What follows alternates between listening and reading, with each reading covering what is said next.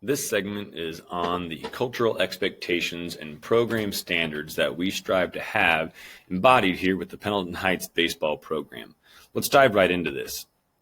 We really try to have a program that exhibits positivity, and to help build this positive culture, we want to make sure that we are reinforcing phrases and words daily that resonate with our guys.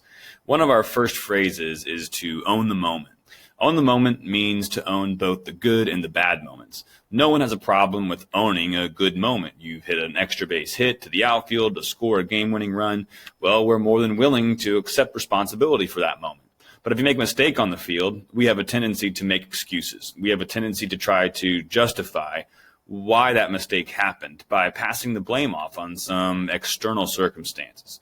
We don't want that. We want our guys to own the moment, good or bad. It's going to make those bad moments go by quicker, and it's going to make those good moments mean a little more. So own the moment. We also want to be a 360-degree leader. I love the visual of the 360 degrees, something coming full circle. There are those above you, there are those beside you, and there are those below you. You have an opportunity to be a leader to each one of those groups. Even though serving the person above doesn't sound like being a leader, it is. It's being an example about how to serve, and that is a role of leadership, modeling a desired behavior. So even our oldest guys, the ones with seniority and experience, they need to know that there are coaches who are their leaders at this moment that want nothing more than to help the team experience success. This helps to build a positive team culture, and for seniors to serve coaches in this way will serve to be a benefit to the team. At the same time, we want to share with the ones beside us. Varsity players will need to share these moments with other varsity players as equals. There are mutual respect and mutual experience being shared, and there needs to be a high level of accountability and encouragement between those alongside you. Finally, being a good leader means to lift up those below you and not to demean them in any way. Oftentimes, upperclassmen can get a little bit big-headed, being at the top of the food chain. We don't want that type of mentality. We want guys to know that a senior has been where a freshman has been. We are all ultimately in the same program. We're all the same. We're all at the same practices. We're all working towards the same goals, and we need to lift up those who are below us.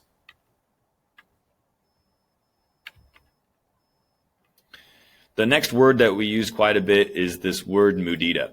Mudita actually is a Buddhist principle, which is a mindset in which we replace jealousy that we might have at seeing someone else experience success with finding joy in the success of others.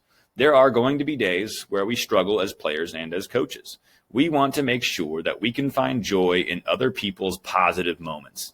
Furthermore, we want to get to a point where we can find the same level of joy from seeing others succeed as we can from our own successes. This is a true team mentality, and it takes a level of maturity to reach this line of thinking. We all struggle with it to some degree. We want to be the guy in the spotlight. We want to be the hero that makes that play that leads us to victory, but it's not going to be you on an everyday basis. So when you have a tough day and you go 0 for 4, making an error or two, but your teammate gets up there and hits a game-winning run and we walk off the field as winners, what we have to do is find joy in the success of that teammate. That teammate had a great day and a great moment. Let's share in that joy with that teammate.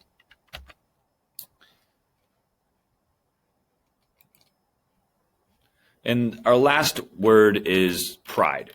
And pride really is an acronym for us. We break down every practice with the word pride. Pride means so much more than just those 5 letters. To take pride in the littlest things is incredibly important. We have a personal responsibility every single day to excel in the little things and to hold ourselves accountable in an effort to improve our work. If we can improve our individual work, then that will make the team better.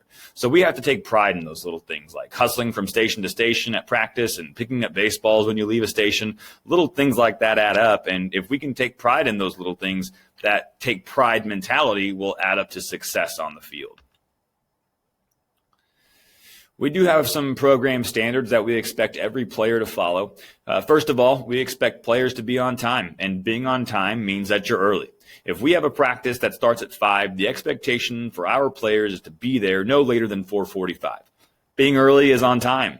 If you are on time, 5 o'clock, you're actually late at that point because you are not prepared to get ready and to go as soon as the clock struck 5.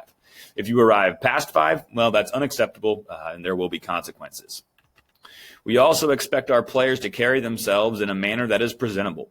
We take pride in our personal appearance because we take pride in the little things. We don't want our guys to look sloppy. We don't want a guy to have that sloppy mentality. It's going to lead to sloppy play. We expect the hair to be cut above the ears. We expect minimal, if any at all, facial hair. If you do have facial hair, it has to be kept clean and trimmed. We expect our shirts to be tucked in at practice. Even if it's a shorts and shirt day, we expect our shirts to be tucked into our shorts. Of course, if we're in full uniform, our jerseys are certainly tucked in at that point. We also expect our players to not swear or use foul language on the field of play. Look, we're not naive to the fact that this type of language goes on outside of earshot, but the fact of the matter is that foul language sends a negative impression and can lead to some consequences on the field. An umpire hearing that type of language has the authority to eject that player from the game. So we don't want any of those types of things to actually hurt our team as a result of our foul language. Really, though, with everything we do, we want to send a positive impression about this team and as a program. We as a team and a program are held to an incredibly high standard, and we expect that standard to be followed. We want every single person who comes into contact with a Pendleton Heights baseball player to walk away with the most positive impression possible of that player and of the program. The next item is just a simple sign of respect, but it means a lot to those who are addressing our team. When a coach, umpire, or other adult addresses us as an individual or as a team, we remove our hats. This is a simple yet powerful gesture of respect to those who are speaking to us. We want to make eye contact with them and let them know that that they have our full attention. Lastly, we do have just a couple of guidelines and rules in the event of misbehavior. First of all, if a player misses a practice, they're missing a game. And if by chance they miss a game, then they are indefinitely suspended. This, of course, pertains to unexcused absences. Your teammates are counting on you, and to not show up to a practice or game is selfish. First of all, the other guys are putting in the work on a day-to-day basis, and they would expect you to be held to the same standard. When a player misses a game, that will result in a suspension, and we will have a discussion between the player and the coaching staff to determine a course back to full status with the team. Misbehavior in school will result in team discipline. We expect our players to behave in a manner that is a positive reflection on Pendleton Heights baseball. Just as an example, if a player receives a detention, there will be a punishment, typically something like 4 ladders. Grades matter as well. Players, we recognize, are student athletes. We expect our players to understand that grades come first. And if grades are not coming first, then we're going to get involved. We're going to force baseball to take a back seat, and we'll make sure that you get on the right track grade-wise. Lastly, it's important to understand this basic concept. Playing baseball for Pendleton Heights is an absolute privilege, and it takes a very strong commitment. We want our players to understand what it takes. They need to be willing to take on the immense challenge, which it is, to be a member of our Pendleton Heights baseball program.